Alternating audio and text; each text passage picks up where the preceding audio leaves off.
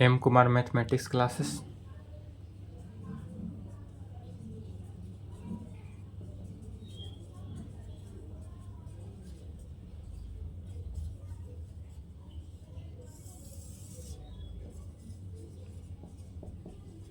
सोलह चार 23। लेक्चर कितना हो गया? 3। तीसरा लेक्चर है क्लास 11th का। क्या शुरू किए थे? Relation and function. Relation and function Hindi में क्या कहते हैं? संबंध और फलन। रिलेशन एंड फंक्शन संबंध और फलन कहेंगे।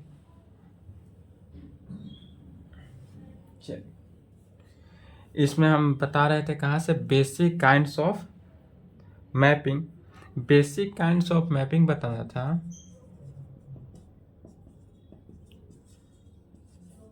बेसिक काइंड्स ऑफ मैपिंग में कितने प्रकार होते हैं? 8 प्रकार। 8 प्रकार का हमने नाम पिछले लेक्चर में लिख दिए थे, लेक्चर 2 में, जिसमें पहला नंबर में क्या था?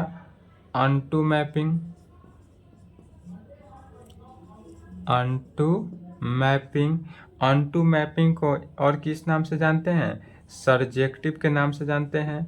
यह जितने भी बेसिक काइंड्स ऑफ मैपिंग है, यह सब के सब आपको 12th क्लास में भी मिलेगा। 12th में भी मिलेगा, 12th में भी बारीकी से पढ़ना है। तो चलिए सबको अब लाइन बाय लाइन देखते हैं। सबसे पहले ऑनटू मैपिंग किसे कहेंगे या सर्जेक्टिव किसे कहेंगे? तो a mapping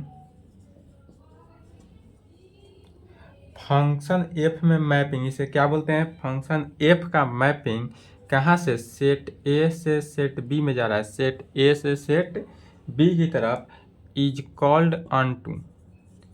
is called unto कहेंगे कब? तो इफ, यदि फंक्शन ऑफ सेट ए जो है वह इज इक्वल टू हो सेट बी के बराबर, तब।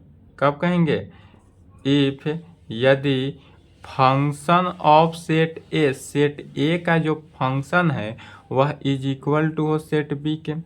ए मैपिंग एफ फंक्शन का मैपिंग, एफ फंक्शन का मैपिंग कहाँ से हो रहा है? सेट ए से सेट बी में।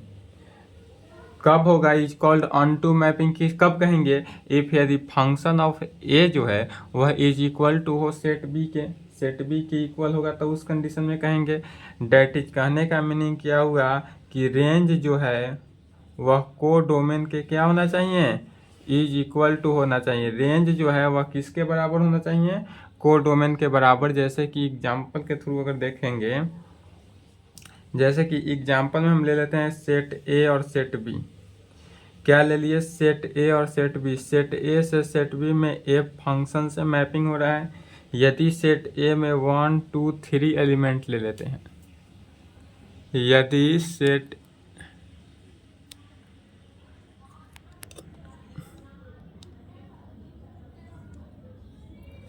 चलिए यदि सेट ए में क्या ले लेते हैं? 1 2 3 एलिमेंट ले लेते हैं और सेट बी में ए बी सी ले लेते हैं। सेट बी में क्या किए? ए बी सी लिए। तो सेट ए का प्रत्येक सदस्य, जैसे 1 जो है वह ए के साथ किया, 2 जो है 2 के बी के साथ किया, 3 जो है 3 सी के साथ किया। ये सेट का प्रत्येक मेंबर, ए सेट का प्रत्येक सदस्य बी सेट के प्रत्येक मेंबर के साथ 1 1, मतलब कि 1 1 कहने का मीनिंग हुआ 1 1 का ऑनटू का ही मीनिंग हुआ कि एक प्रत्येक जो है वह अपने खुद एक ही टर्म के साथ अगर इमेज बनाता है तब उस प्रकार के फंक्शन को क्या कहते हैं? Unto mapping. तब क्या कहेंगे उसे? Unto mapping. जैसे कि इसे, और इसका रेंज क्या हो जाएगा? तो रेंज जो होगा वह हमारा क्या हुआ? सेट बी में क्या टर्म है? A B C. तो ए बी सी जो हमारा है वह रेंज हुआ। रेंज जो हुआ ए बी सी, और यह रेंज जो है वह किसके बराबर होता है? को डोमेन के। इसलिए इसे क्या कहेंगे? इज इक्वल टू, यह को डोमेन है। चूंकि रेंज जो है वह किसके इक्वल होता है? को डोमेन की, इसलिए यह क्या हो गया? को डोमेन के फॉर्म में भी हुआ। तो चलिए यहाँ तक लिखें। उसके बाद दूसरा नंबर देखते हैं इनटू मैपिंग। तीसरा था 1-1 मैपिंग, चौथा था मैनी वन मैपिंग, पांचवा था 1-1-on-2 मैपिंग, इसको बाइजेक्टिव भी कहते थे। छठा है 1-1-in-2 मैपिंग, सातवां में क्या था मैनी 1-on-2 मैपिंग, आठवां में मैनी 1-in-2 मैपिंग। सबको लाइन बाई लाइन देखते हैं, यह सब 12th क्लास में भी पढ़ना है। यहाँ पर थोड़ा टॉपिक देख के आगे बढ़ना है। 12th में इसको बारीकी से 1-on-2 मैपिंग और सब्जेक्टिव को इसको 12th में बारीकी से डिफिनीशन के साथ पढ़ना है। यहाँ पर थोड़ा सा देखना।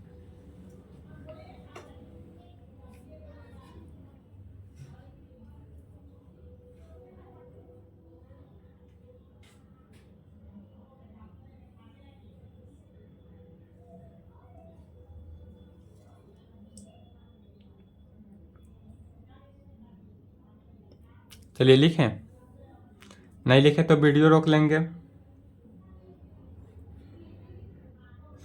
वीडियो रोक लें।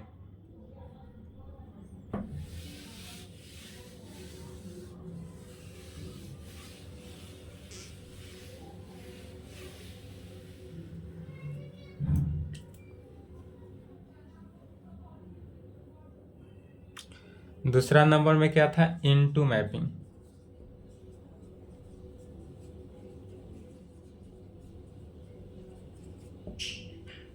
इनटू मैपिंग, तो इनटू मैपिंग किसे कहेंगे, तो ए मैपिंग ए फंक्शन का मैपिंग ए टू बी हो रहा है।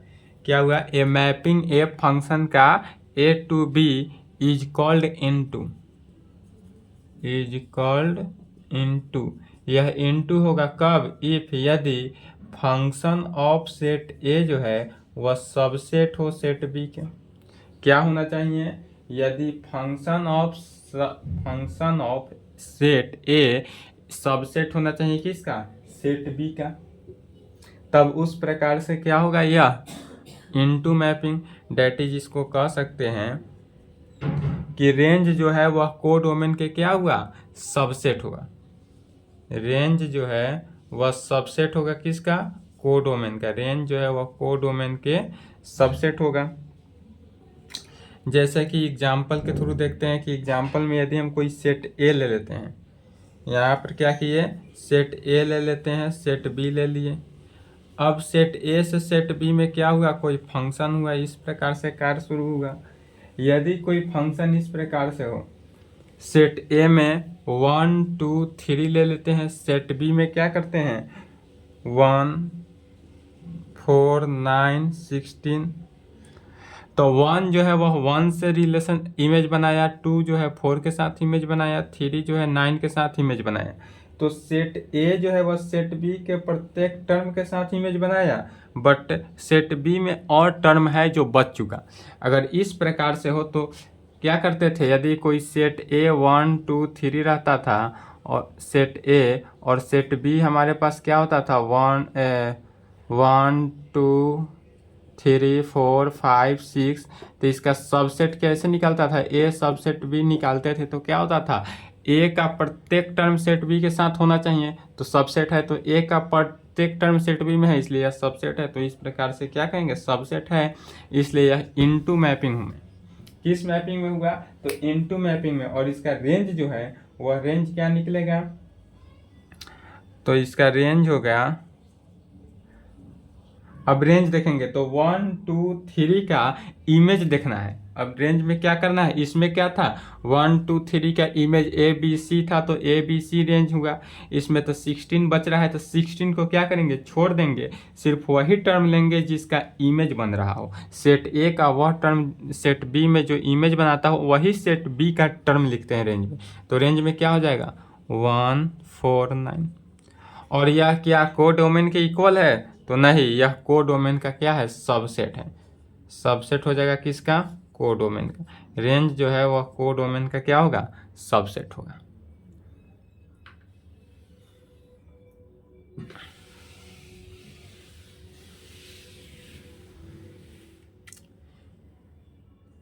तीसरा नंबर में देखेंगे 1-1 मैपिंग। 1-1 मैपिंग कहने का मीनिंग हुआ वैसा मैपिंग जो 1-1 से ही इमेज बनाता हूँ, वन का ही इमेज बनता हो और वन से ही प्री इमेज भी बनता हो, वैसे टर्म को क्या कहते हैं, वन वन मैपिंग। तो कहेंगे ए mapping F A to B, function का मैपिंग बन रहा है कहाँ से, ए सेट से बी सेट में, इज कॉल्ड वन वन। इससे वन वन कहेंगे, कब कहेंगे वन वन, तो यदि इफ इस वन वन कहेंगे कब, इफ यदि फंक्शन ऑफ एक्स वन, कोई फंक्शन कोई रूल के अनुसार फंक्शन कोई x1 जो है वह फंक्शन ऑफ x2 के इक्वल होगा। डैट इज कहने का मतलब हुआ क्या कि x1 जो है वह x2 के इक्वल होगा। x1 क्या होना चाहिए, x2 के इक्वल होना चाहिए।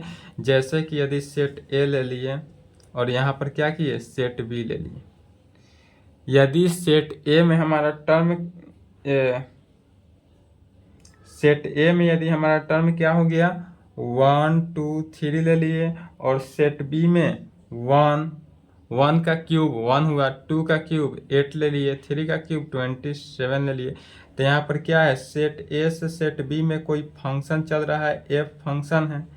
इसमें 1 जो है वह 1 के साथ इमेज बना रहा है, 1 जो है 1 के साथ इमेज बनाया, 2 जो है वह 8 के साथ इमेज बना रहा है, 3 जो है वह 27 के साथ इमेज बना रहा है। तो किस केस में 1 जो है एफ एक्स जो है, यहाँ पर फंक्शन एफ एक्स वह एक्स क्यू के माध्यम से इमेज बना रहा है। यदि हम फंक्शन एफ एक्स के जगह पर F1 रखते हैं, पुट करते हैं, तो 1 का क्यू 1 निकला, फिर F2 रखते हैं तो वह किसका 2 का क्यू 8 निकलता है, F3 रखते हैं तो वह क्या निकलता है 3 का पावर क्यूब निकालते हैं तो क्या निकलता है 27। तो यह जो फंक्शन है रूल के अनुसार, एफ फंक्शन जो है एक्स क्यू के रूल के अनुसार यदि यह प्रत्येक के साथ सेट ए का प्रत्येक इमेज बनाना हो सेट बी के साथ, या सेट बी का प्री इमेज बनता है, उल्टा आएगा तो सेट बी का प्री इमेज बनेगा सेट ए के साथ। अगर इस प्रकार से कंडीशन हो रहा है कि सेट ए का प्रत्येक इमेज बनता हो सेट बी के साथ और सेट बी का प्रत्येक प्री इमेज बनता हो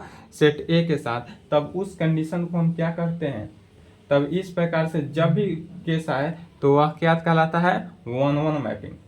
अब यह कैसा मैपिंग हो गया, वन वन मैपिंग। तो चलिए यहाँ तक लिखे वन वन मैपिंग तक, तब इसके बाद आएगा बचा मैनी वन मैपिंग, उसके बाद आएगा वन वन अनटू मैपिंग। पहले यहाँ तक लिखें, दूसरा और तीसरा लिखें।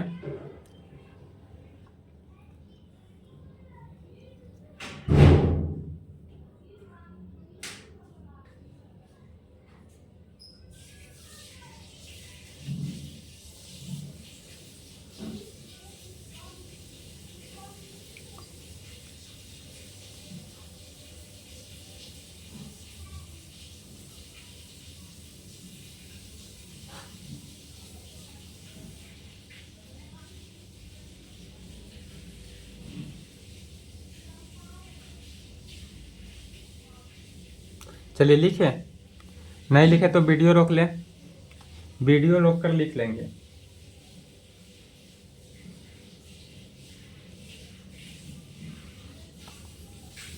चलिए चौथा नंबर टॉपिक डालेंगे मेनी वन मैपिंग। चौथा में क्या है, many one mapping.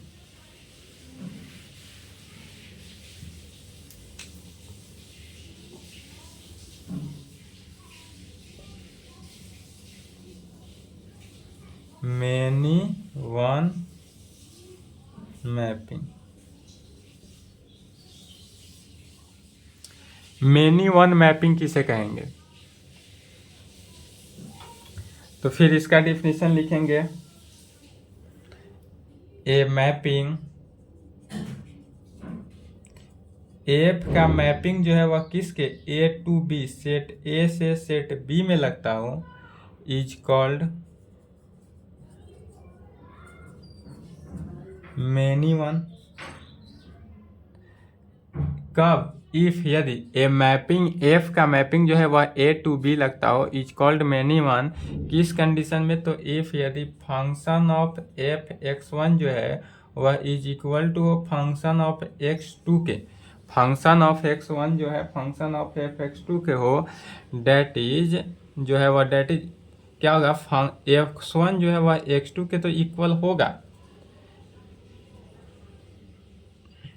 This implied, तो x1 जो है वह x2 के इक्वल इस कंडीशन में क्या होगा, सेटिस्फाई नहीं करेगा। जैसे कि यदि कोई सेट ए ले लेते हैं और सेट बी इस प्रकार से हो, यदि सेट ए और सेट बी इस प्रकार से हो कि सेट ए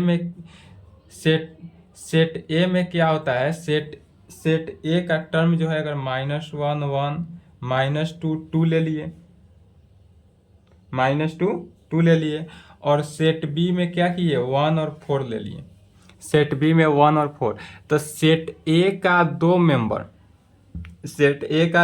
अर्थात सेट ए का दो सदस्य जो है वह सेट बी के एक मेंबर के साथ अगर इमेज बनाता हो, सेट ए का दो मेंबर सेट बी के एक मेंबर के साथ इमेज बनाता हो, सेट ए का दो मेंबर जो है सेट बी के एक मेंबर के साथ ही इमेज बना रहा है, तो इस कंडीशन में क्या हुआ, यह 1 1 नहीं हुआ, क्योंकि इस प्रकार से अगर सेट बना रहा हो कि सेट ए का दो मेंबर सेट बी के एक मेंबर के साथ इमेज बना रहा हो, तो उस कंडीशन में यह क्या कहलाएगा, मेनी वन मैपिंग। तब इस प्रकार से के कंडीशन को क्या कहते हैं, many one mapping.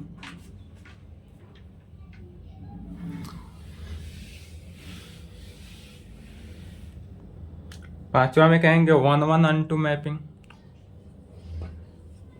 1 1 unto mapping.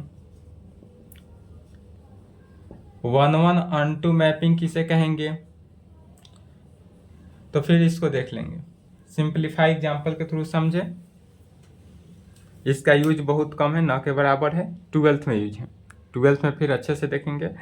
यदि कोई फंक्शन f(x1) जो है वह फंक्शन f(x2) में लगे, यदि किसी का फंक्शन f(x1) जो है फंक्शन f(x2) में लगे, दिस इम्प्लाइड कहने का मीनिंग क्या हुआ कि x1 जो है वह x2 के बराबर हो, x1 जो है अगर x2 के बराबर हो, अर्थात दूसरा केस यह भी हो सकता है कि रेंज वह किसके बराबर होना चाहिए, कोडोमेन के।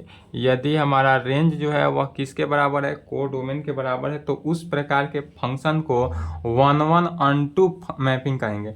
जैसे कि अभी 1 1 मैपिंग पढ़े और अनटू मैपिंग पढ़े, वह दोनों केस अगर सेटिस्फाई करे तब यह फंक्शन क्या हो जाएगा, 1 1 अनटू मैपिंग। बस यह पांचवा, छठा, सातवां, आठवां जो चार पढ़े हैं उसी के रिलेटेड हैं। छठा नंबर में क्या है, 1 1 इंटू होगा, 1 1 इंटू मैपिंग। तो 1 1 इंटू मैपिंग किसे कहेंगे, तो 1 1 इंटू मैपिंग उस केस को उस कंडीशन को कहेंगे जैसे कि यदि f(x1) जो है वह इज इक्वल टू हो f(x2) के, अर्थात किसी रूल के अनुसार x1 जो है वह x2 के इक्वल हो, किसी रूल के अनुसार x1 जो है और x2 के इक्वल हो, और उसका रेंज जो है वह क्या होना चाहिए, कोडोमेन के सबसेट होना चाहिए। कोडोमेन का क्या होना चाहिए, सबसेट। यदि 1 1 होने के लिए क्या होना चाहिए, f(x1) जो है वह f(x2) अर्थात x1 x2 के बराबर होना चाहिए, जो दोनों में हुआ। फिर वह अनटू होने के लिए क्या होना चाहिए, रेंज जो है वह कोडोमेन के बराबर होना चाहिए, अभी देखे हैं तो वह होना चाहिए केस। और इनटू होने के लिए क्या होना चाहिए, रेंज जो है वह सबसेट होना चाहिए, किसका, कोडोमेन का। तो इस कंडीशन को सेटिस्फाई किया तो यह केस 1 1 इंटू कहलाएगा। फिर मेनी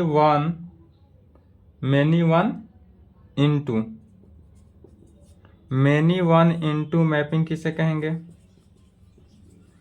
तो मेनी वन इंटू मैपिंग उस condition, many one unto mapping, many one unto mapping किसे कहेंगे, तो उसके लिए क्या होना चाहिए, मेनी वन होने के लिए क्या चाहिए, फंक्शन ऑफ f(x1) जो है is equal to function of f(x2),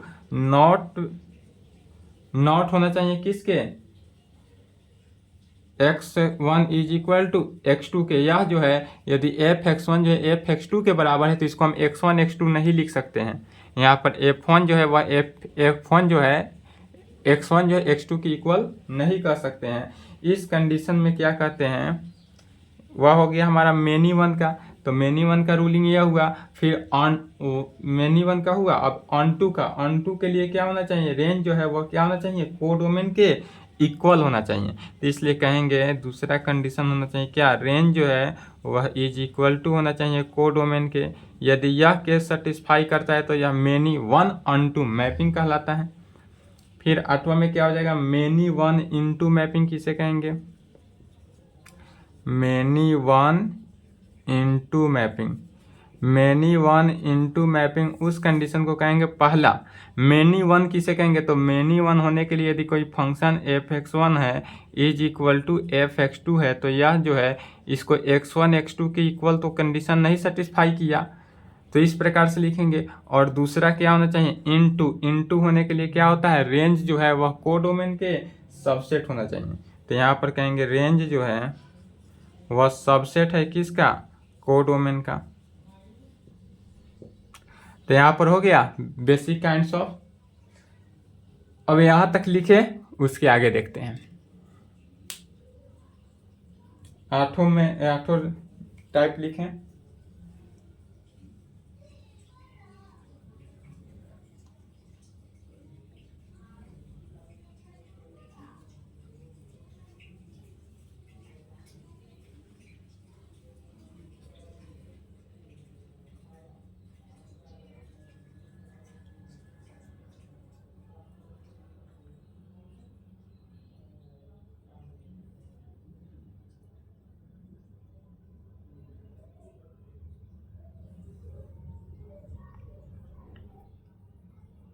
video रोक कर लिख लें।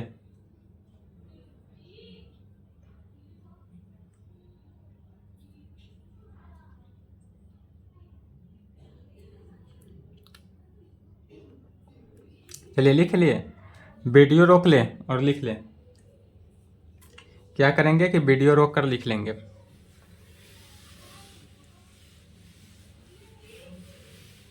वीडियो रोक के इतना लिख ले, उसके बाद आगे देखते हैं टॉपिक। हेडिंग डालेंगे सम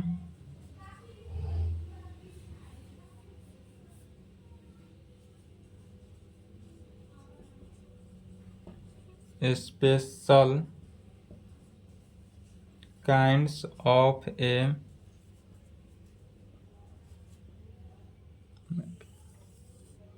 वीडियो रोक ले और हेडिंग देखते हैं some special kinds of a mapping. Some special kinds of a mapping जो है यह कितने 4 भाग में इसको डिस्ट्रीब्यूट किया गया है, जिसमें पहला नंबर देखते हैं कांस्टेंट मैपिंग। सबसे पहले आता है कांस्टेंट मैपिंग, कि आखिर कांस्टेंट मैपिंग है क्या। कांस्टेंट मैपिंग किसे कहेंगे, पहला नंबर देंगे कांस्टेंट मैपिंग। कांस्टेंट मैपिंग देने का मतलब हुआ, इसका डिफिनीशन लिखेंगे। तो इसे कहेंगे ए mapping function F A to B is called a constant mapping if यदि फंक्शन ऑफ सेट ए में हो, डेट इज रेंज जो है या सिंगल्टन सेट का रेंज क्या होना चाहिए, सिंगल्टन सेट को सेटिस्फाई करना चाहिए। मिटा दें।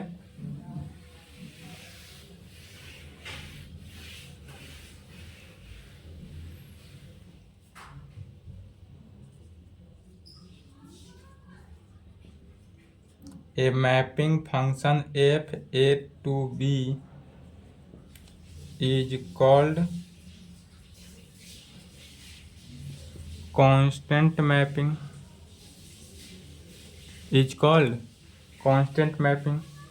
कब होगा, तो if यदि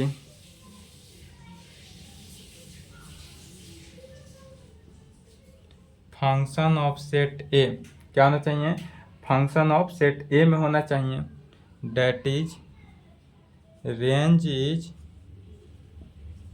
ए सिंगल्टन सेट। रेंज क्या होना चाहिए, सिंगल्टन सेट में। जैसे कि इसको एग्जाम्पल के थ्रू अगर देखें तो एग्जाम्पल में इस प्रकार से कह सकते हैं कि यदि कोई सेट ए ले लेते हैं यहाँ पर और सेट बी ले लेते हैं,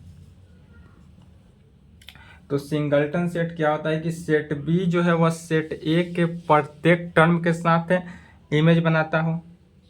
यदि सेट ए में हम ले लेते हैं, सेट ए में ले लिए ए बी सी डी ई, और सेट बी में ले लिए एक पी। तो ए जो है वह पी के साथ इमेज बनाता हो, बी पी के साथ इमेज बनाता हो, सी भी पी के साथ, डी भी पी के साथ और ई भी पी के साथ। सेट ए का प्रत्येक सदस्य, यदि सेट ए का प्रत्येक मेंबर, प्रत्येक सदस्य सेट बी के एक ही मेंबर के साथ जो है वह क्या करता हो, इमेज बनाता हो। सेट बी के एक ही मेंबर के साथ वह इमेज बनाता हो तो उस कंडीशन को क्या कहते हैं, वह जो हुआ वह सिंगलटन सेट को सेटिस्फाई किया। और इसका रेंज जो है, और यह क्या कहलाएगा, कांस्टेंट मैपिंग, और यह कांस्टेंट मैपिंग होगा। और इसका अगर रेंज की बात करें तो रेंज जो है वह किसके बराबर होगा, 45 के, इसके पी के 45 किसको बोल रहे हैं, पी को। चलिए यहाँ तक लिखे, उसके आगे देखते हैं दूसरा number, identity mapping. Constant mapping हो गया, दूसरा देखते हैं आइडेंटिटी मैपिंग।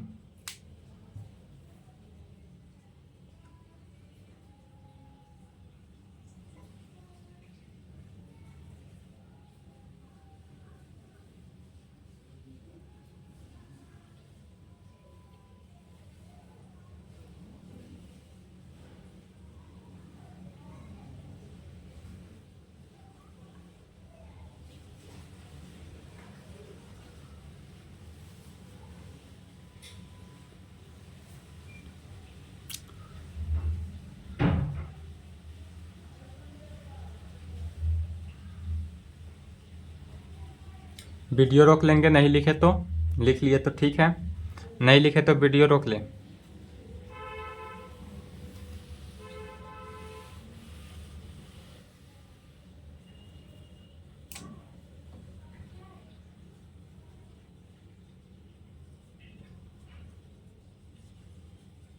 आइडेंटिटी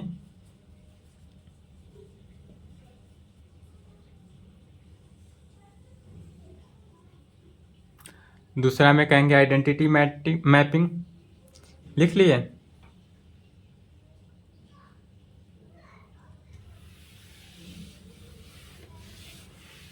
चलिए आइडेंटिटी मैपिंग किसे कहेंगे, तो कहेंगे ए मैपिंग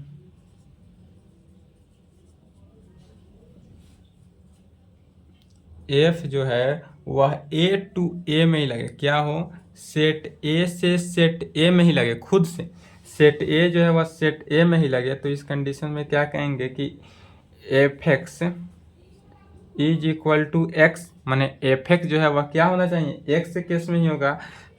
तो कहाँ पे, तो for all X belongs to set A में, किस कंडीशन में होना चाहिए, तो for all X belongs to set A में होना चाहिए। तब कहेंगे इस प्रकार के is called an identity mapping. तब इसको क्या कहेंगे, is called an identity mapping. यदि ए मैपिंग जो है खुद से ही खुद का इमेज बनाता हो तो उसे खुद से खुद का, सेट ए से सेट ए में बोल रहा है, अर्थात क्या होना चाहिए, खुद से खुद का इमेज बनाए, उसे आइडेंटिटी मैपिंग कहेंगे। फिर इसी को लिखेंगे identity mapping on a set A is written as, इसको आई ए से लिखते हैं, आई मतलब आइडेंटिटी और ए मतलब सेट ए, तो identity of set a mapping से कर रहा है। इसको इस प्रकार से लिखते हैं, एंड डिफाइंड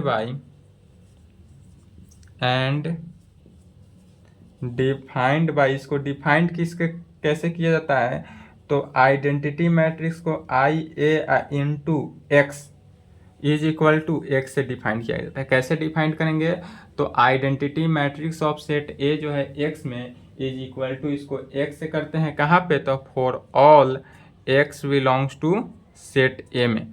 किस कंडीशन पे करेंगे, तो for all X belongs to set A के केस में करेंगे। अब जैसे कि इसको एग्जाम्पल के थ्रू अगर देखते हैं, एग्जाम्पल में कि यदि कोई सेट ए इस प्रकार से ले लेते हैं, सेट ए जो है 1 2 3 लिए, तो सेट ए यदि हम 1 2 3 लिए तो सेट बी अब नहीं लेंगे। क्या करना है, आइडेंटिटी है, खुद से कर रहा है तो सेट ए ही लेंगे और वह भी 1 2 3 ही रहेगा। जो खुद का खुद से करे, जैसे 1 जो है 1 के साथ ही इमेज बनाए, 2 जो है 2 के साथ ही इमेज बनाए, 3 जो है वह 3 के साथ ही इमेज बनाए। 1 जो है 1 के साथ ही इमेज बनाएगा, 2 जो है 2 के साथ ही इमेज बनाया, 3 जो है 3 के साथ ही इमेज बनाया। तो इस प्रकार के अगर कोई फंक्शन लागू हो रहा है तो इस प्रकार के फंक्शन को क्या कहते हैं, आइडेंटिटी फंक्शन या आइडेंटिटी मैपिंग कहें।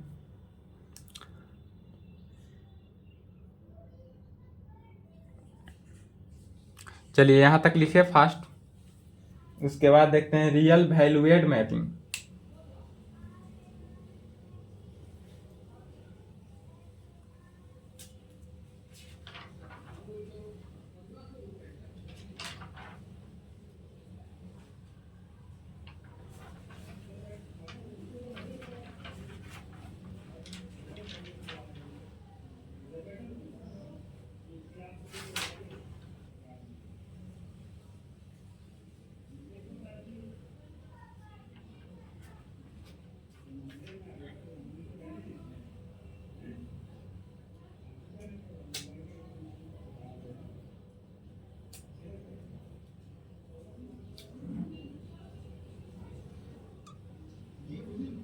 चलिए लिखें, नहीं लिखे तो वीडियो रोक ले, वीडियो रोक लेंगे।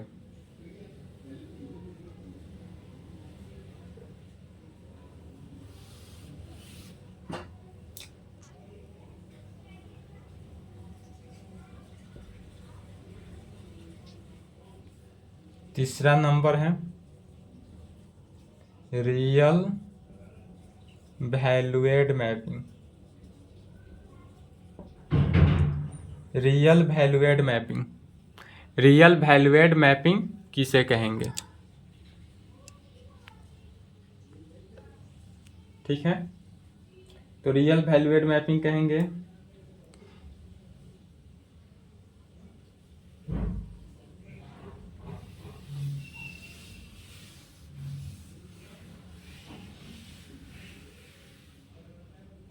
चलिए ए मैपिंग एफ का मैपिंग जो है वह A to B, set A से सेट बी में हो रहा हो, is called real valued mapping if यदि ए जो है सेट ए जो है वह सब प्रॉपर सबसेट होना चाहिए किसमें, आर में। ए इफ यदि and B proper subset R, यदि सेट ए और सेट ए फंक्शन का मैपिंग जो है ए सेट से बी सेट में अगर मैपिंग हो रहा है, रियल वैल्यूएड मैपिंग, तो कैसा होना चाहिए, कंडीशन इसके लिए क्या है कि सेट ए जो है वह प्रॉपर सबसेट होना चाहिए आर में, और सेट बी भी क्या होना चाहिए, प्रॉपर सबसेट होना चाहिए सेट आर में। यदि सेट ए जो है प्रॉपर सबसेट हो सेट आर में और सेट बी भी प्रॉपर सबसेट हो आर में, तब उस कंडीशन को क्या कहते हैं, रियल वैल्यूएड मैपिंग। वह क्या होता है, रियल वैल्यूएड मैपिंग। जैसे कि इसको एग्जाम्पल के थ्रू अगर देखेंगे तो यहाँ पर कोई सेट ए ले लेते हैं, यह क्या हुआ, यदि इस प्रकार से कोई सेट ए लिए कोई सेट बी लिए, यहाँ से सेट ए से सेट बी में कोई फंक्शन कार्य हो रहा है, क्या हुआ, सेट ए से सेट बी में फंक्शन, यहाँ पर कुछ भी फंक्शन हो सकता है इसलिए खाली दे रहे हैं। अब इसी का सेट ए जो है वह प्रॉपर सबसेट होना चाहिए आर में, यह प्रॉपर सबसेट होगा किस में, आर के कंडीशन में, और फिर सेट बी जो है वह भी प्रॉपर सबसेट होगा किस में, आर में। सेट ए भी प्रॉपर सबसेट आर में और सेट बी भी क्या होगा, प्रॉपर सबसेट आर में होगा। तब इस कंडीशन में क्या होगा कि सेट आर जो है, सेट आर और सेट आर का क्या बनेगा, मैपिंग होगा, फंक्शन होगा। तब इस कार्य को क्या कहते हैं, real valued mapping, real valued mapping. चलिए यहाँ तक लिखें, रियल वैल्यूएड मैपिंग लिखें।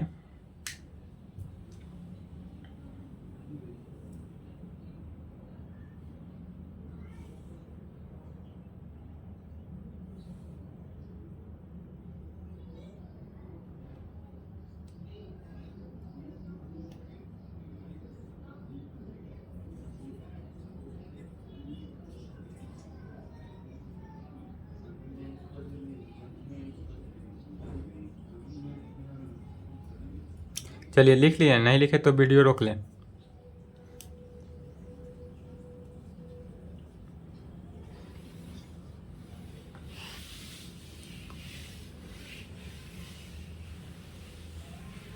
चौथा देखते हैं, इनवर्स मैपिंग।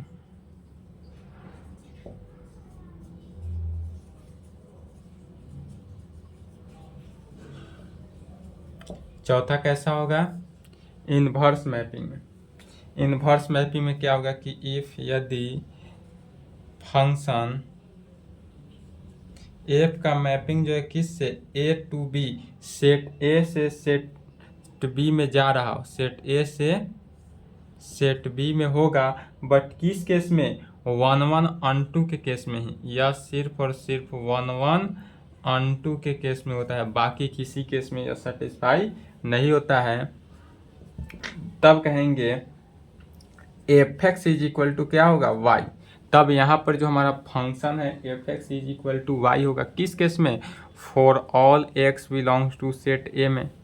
फॉर ऑल जो है X belongs to set A में के केस में, देन तब उस कंडीशन को क्या कहेंगे, इनवर्स। तब कहेंगे उसको इनवर्स मैपिंग। और इसको कैसे डिनोट करेंगे, तो एफ का इनवर्स, इसको एफ का इनवर्स से डिनोट करते हैं। कैसे डिनोट करेंगे, एफ इनवर्स मैपिंग। अब क्या कहेंगे, ए टू बी नहीं कहेंगे, अब क्या कहेंगे, B to A, set B to set A में।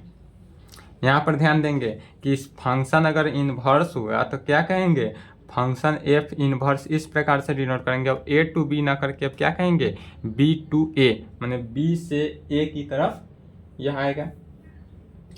तब इस केस में कहेंगे क्या कि इस कंडीशन में अगर इन्वर्सिबल हो रहा है तो फंक्शन ऑफ एफ इनवर्स जो है वाई के, फंक्शन ऑफ एफ इनवर्स जो है Y is equal to X के केस में होगा। Function of F inverse Y जो है वह किसके इक्वल हो रहा है, एक्स के। तो for all Y belongs to set B में F X is equal to Y था, तो for all X belongs to set A में था। लेकिन अगर इन्वर्सिबल में होगा कि F inverse Y is equal to X में, तो वह क्या होगा, for Y belongs to set B में। जैसे कि एग्जाम्पल के थ्रू, यह इन्वर्स में क्या हुआ, एकदम उल्टा प्रोसेस।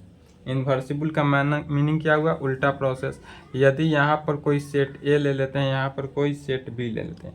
यदि सेट ए में एक्स है और सेट बी में वाई है, तो सेट ए एक्स और वाई में इस कंडीशन से लागू कि सेट ए से अगर हम सेट बी में जाते हैं तो क्या होता है, एफ लगता है। यहाँ गौर करेंगे कि अगर सेट ए से सेट बी में फंक्शन जा रहा है तो तीर इस तरीक़ा से है और यह एफ से जाता है। और अब अगर सेट बी से हम सेट ए में आते हैं, सेट बी से सेट ए में आएंगे तो इस तरह से तीर देंगे और यह किस कंडीशन को सेटिस्फाई करेगा, तो एफ इनवर्स से। और यह जो केस जाएगा वह एफ इनवर्स से जाएगा और इसी का नाम पड़ जाता है इनवर्स मैपिंग। इसको क्या कहते हैं, इनवर्स मैपिंग। चलिए तो यहाँ तक लिखें और नोट में एक पॉइंट लिख लेंगे कि ओनली 1 1 onto मैपिंग इज इनवर्सिबल। क्या होगा, ओनली 1 1 onto मैपिंग ही इनवर्सिबल होगा, अदरवाइज नहीं होगा। अदरवाइज कोई भी इनवर्सिबल नहीं होगा।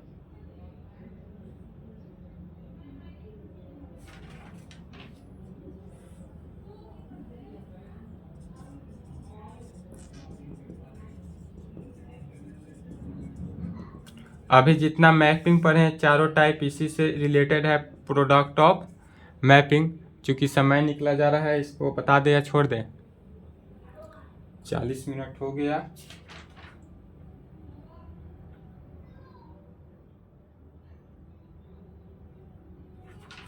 चलिए वीडियो रोक ले, इसको बताइए देते हैं, इसी से रिलेटेड है। उसके बाद फिर नेक्स्ट टॉपिक चालू होगा नेक्स्ट क्लास में। 5 मिनट का क्लास लगेगा। वीडियो रोक ले, रोक लिए। एक दिन थोड़ा लेटे हुआ तो क्या हुआ, product of mapping. Product of mapping क्या कर रहा है कि दो मैपिंग का क्या कर रहा है, प्रोडक्ट निकालना है। तो इसमें कैसे निकालेंगे, लिख लिए।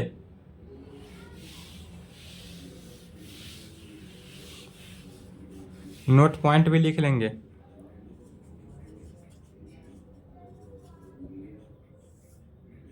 चलिए, प्रोडक्ट ऑफ मैपिंग में कहेंगे कि इफ यदि फंक्शन एफ का मैपिंग जो है वह ए टू बी माने सेट ए से सेट बी में हो रहा हो, तो क्या कहेंगे, तो एफ एक्स जो है F X is equal to Y में, यदि हमारा फंक्शन एफ एक्स जो है वाई में कंटेन करता हो तो कहाँ क्या कहेंगे, for all X belongs to set A के कंडीशन में, for all X belongs to set A में, एंड यदि कोई सेट जी हो, इसमें दो सेट ले रहे हैं, प्रोडक्ट ऑफ सेट ए है, तो सेट जी जो है वह मैपिंग हो रहा है कहाँ से, G to C, B to C में, सेट बी से सेट सी में हो रहा है, तब इसमें क्या कहेंगे कि G Y is equal to, G Y जो है वह क्या होगा, जेड में, तो G Y is equal to Z में, but for all Y belongs to set B में, वाई बिलोंग्स टू कहाँ होना चाहिए, सेट बी में। क्या किए,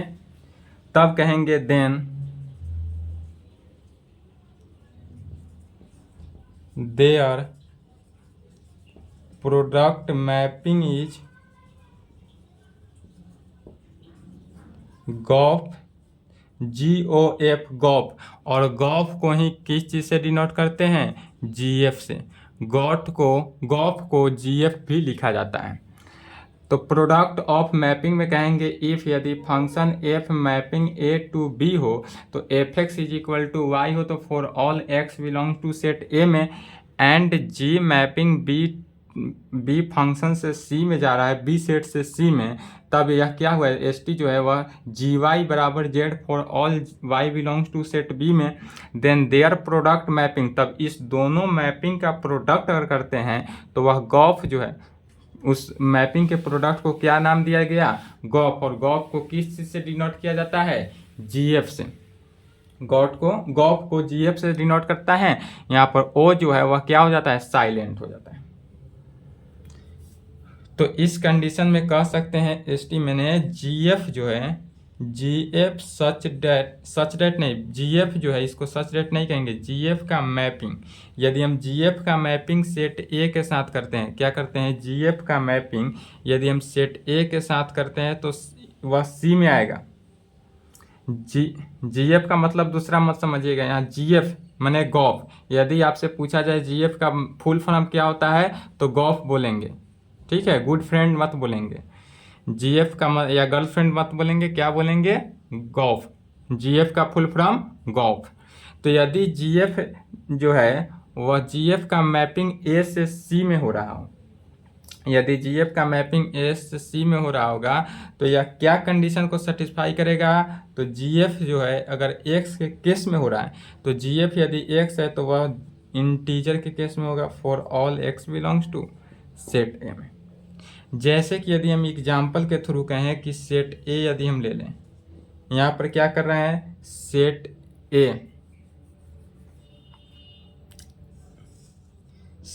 लिए, फिर सेट बी लिए, फिर सेट सी लिए, क्या किए, set A set B set C लिए, यदि सेट ए में एक्स टर्म ले लेते हैं तो सेट बी में वाई लिए और सेट बी में जेड लिए, फिर सेट ए में यदि हम एक्स लिए, सेट बी में क्या हो जाएगा, एफ वाई हुआ, एफ एक्स सॉरी एक्स लिए तो एफ एक्स हुआ, वाई के जगह पर क्या हुआ, एफ एक्स हुआ, और सेट जी में क्या हो जाएगा, जी एक्स होगा, सेट सी में जी एक्स। तो यदि हम एक्स जो है वाई के साथ इमेज बनाया, एक्स जो है एफ एक्स के साथ इमेज बनाएगा, वाई जो है वह जेड के साथ इमेज बनाया, और एफ एक्स जो है वह जी एक्स के साथ इमेज बनाएगा।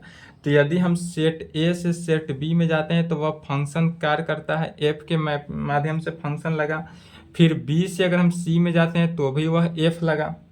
लेकिन यदि हम ए टू सी जाते हैं, डायरेक्ट जा रहे हैं ए सेट से सी सेट में, तो क्या हुआ, ए सेट से सी सेट में गए तो क्या बना, जी एफ, तो उसको कहेंगे जी एफ।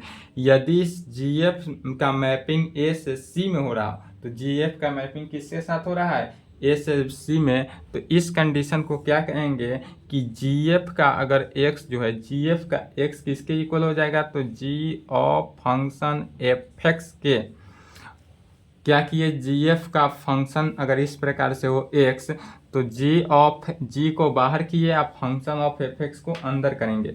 तो फिर क्या किए, यहाँ तक आने के बाद यह हो जाएगा फाई साई एक्स में जी एक्स को क्या किए, फाई साई में कन्वर्ट कर दिए। जी एफ को, जी एफ जो था, जी एफ मैंने गॉफ, जी एफ का फुल फॉर्म गॉफ, जी एफ का, जी एफ को फाई साई में करेंगे और यह एक्स के साथ कंटेन किया, तो इज इक्वल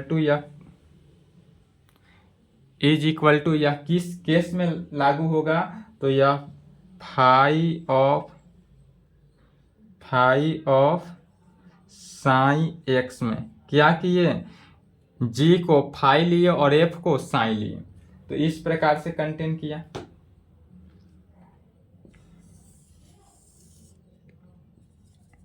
वेयर जहाँ जी जो है वह हमारा क्या है, फाई है, एंड एफ क्या है, साई है।